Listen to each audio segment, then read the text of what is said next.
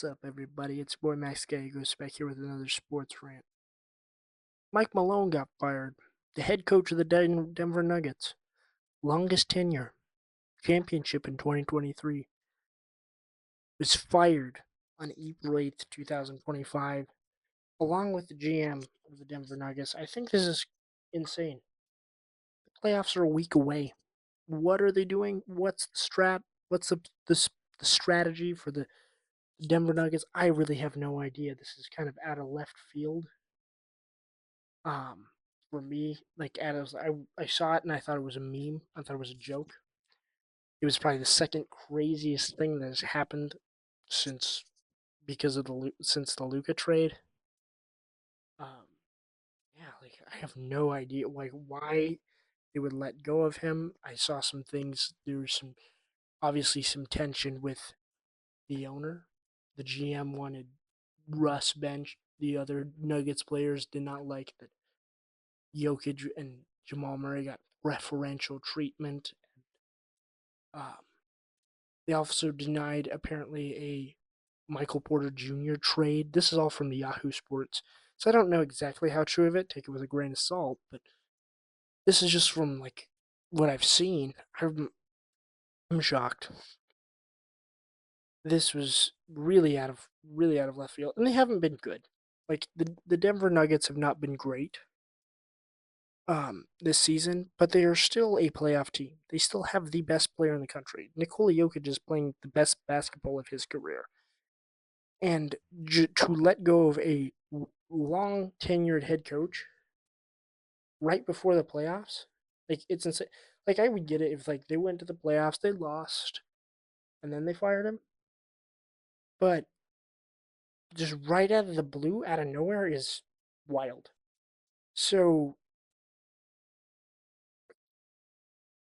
it's kind of weird just from like my reaction to the Yahoo Sports like the referential treatment for Nikola Jokic and Jamal Murray.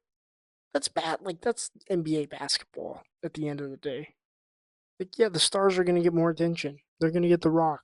They're gonna get like a little bit of referential treatment. It's not like they don't work hard. Like they obviously prove it out on the court. So I don't really understand that angle really necessarily at all. Michael Porter Jr. He's a good he's a good wing player. He's nothing to like write home about. He's not insane. Um, he kind of is like he's got this like reputation for that he just does not swing the rock. And he has no assists. He can shoot, but he's not insane. And they cancel the trade. They also were talking about Russ needs to be benched. Like the GM was apparently saying something about Russ needing to be benched. And I just this does not say this is just screams like drama and dysfunction. Like this is an easiest first round playoff exit ever if you're gonna bet it. Like this is so wildly obvious. Like they it is a week until the playoffs. They are the fifth seed. They're not even gonna have a play-in game, but they are going to lose. And it sucks that Nikola Jokic is having such an insane season, playing out of his mind, and they suck, and it just sucks for him. And I really, my heart goes out to those guys, like the players. This isn't fair, and the fans, like this sucks.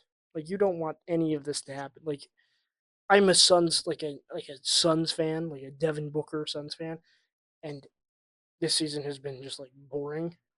Oh my gosh, just let it end. It's numb pain at this point. But that's like sharp and real. Like I would hate to be a Nuggets fan right now. Like the only thing that would be worse would be Mavericks fan, but still. So another reason, like just looking at it right now, they also fired their GM Calvin Booth, which is it's saying a lot because they had a really good GM which they lost to the Timberwolves, Tim Connolly. He built that championship team and he built the team that beat them last year in the playoffs. So watch I feel like watching them recently, their defense has been utterly atrocious.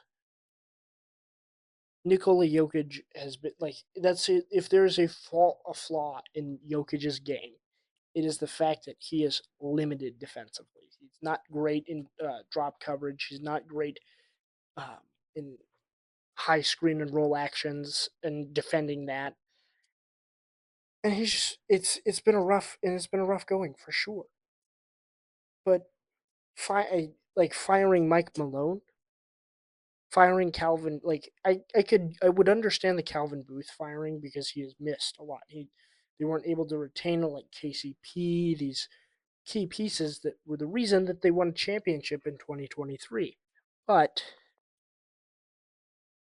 Mike Malone, like some of these reasons seem very trivial and weird. Just from Yahoo Sports, a lot of it is just kind of come down to like, oh, it's like, what do you think of the, uh, like, why would they fire, like, why would you fire a winner? Like, it doesn't make sense. Right before the playoffs, too. Shams apparently said this is tied the latest coaching change in in NBA history. Um, to Hubie Brown in 1980, which is insanity. Who would want this? What franchise? Like, if the Luca trade hadn't gone down this season, this would have been the craziest story. Um, and I get it. Like, you don't you got to make changes eventually, and if there's dysfunction, you have to address that dysfunction. But like, address it after the season. Like, just let the season play out. Lose in the playoffs, whatever. Like, you wasted a good year of Jokic, um, and that's who really is hurt. It's the fans and the team. I said that before, but um, like I'll just reiterate it. Like yeah, like ownership is was really make and break your sports team, and so that's really all I have to say about that. So the Florida Gators are your national champions. They defeated Houston 65-63 in a what was a kind of an interesting thriller matchup because it was not very intense for most parts of the game. I think Houston led by at least 12 points at some point.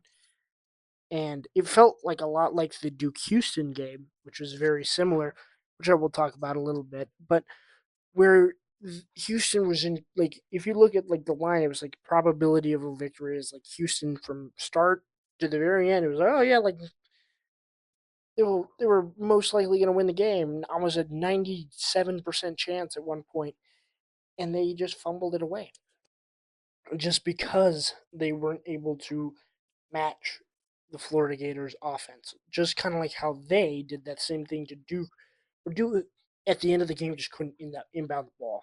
Like there was a point where it was just they couldn't get the rock, and then there was a point here where they couldn't stop Florida's bigs. Walter Clayton Jr. could not shoot in this game. Like he played bad, especially in the first half. It was whiff after brick, and it was just like, ugh, this is hard to watch. That partially comes down to like the stadium they were playing in, but um, watching that, I kind of like dozed. Like I'm not gonna lie, I dozed off a couple times. It was like, this is it's a lot of halftime boring bullshit, and I was like, this is getting dragging, and there's not a whole lot of action. There's a lot of like not exciting. There were some moments. It had its moments. Like the end was very exciting. It was like, holy shit, Florida is just about to win off free throws.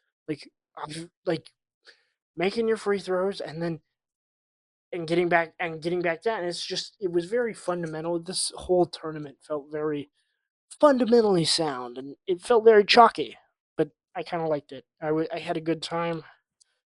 Um, I was so happy when UNM won their first tournament game in 12 years. That was super cool. Um, just it was a good college basketball season. Gonna do a lot more focus on the NBA for sure.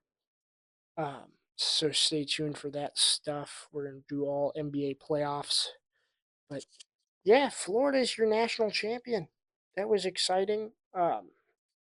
it was kind of expected, half expected. I was thinking it would be Duke, but pretty cool. Awesome. Alrighty, I'll talk to you guys later. See ya. Go like and subscribe to all of